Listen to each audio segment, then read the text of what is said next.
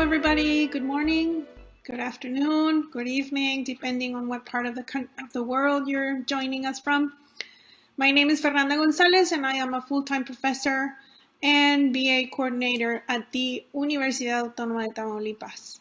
I currently teach courses in the BA in Applied Linguistics, mostly research courses or language teaching methodology courses. Today I'd like to talk to you about a recent study that I conducted and published in the Profile Journal. And the study is titled The Impact of Assessment Training on EFL Writing Classroom Assessment, Voices of Mexican University Teachers. This study had the main purpose of trying to understand how writing assessment training sessions actually helped teachers in their classroom practice of writing assessment. It is a study that tried to draw upon the literature and constructs of what language assessment literacy is, also from research that has been conducted in the area of writing assessment and assessment perceptions, teacher assessment perceptions. This was a very, very interesting study because it allowed us to understand how is it actually that training actually helps teachers. Training is a tool that is very, very frequently used in Mexico, and I'm sure that in many parts of the world, to help teachers improve their classroom practice, their teaching practice, their assessment practice.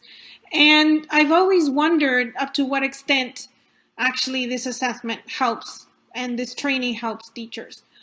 So I worked with these teachers. I provided them 2 training sessions, and I interviewed them for several occasions in the period of 1 year.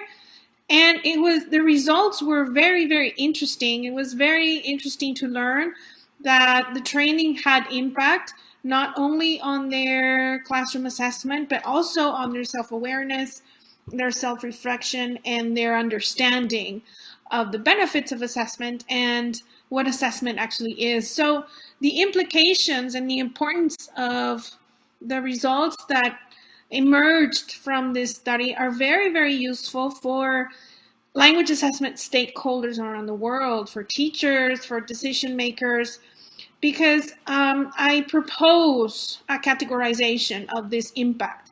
This categorization can help decision makers, can even help teachers understand how training is useful for them. And it can also help decision makers decide what specific training can be useful for the practice of their teachers. I hope the study is useful for your professional practice and your research practice. It was a pleasure. Thank you very much. Saludos desde México.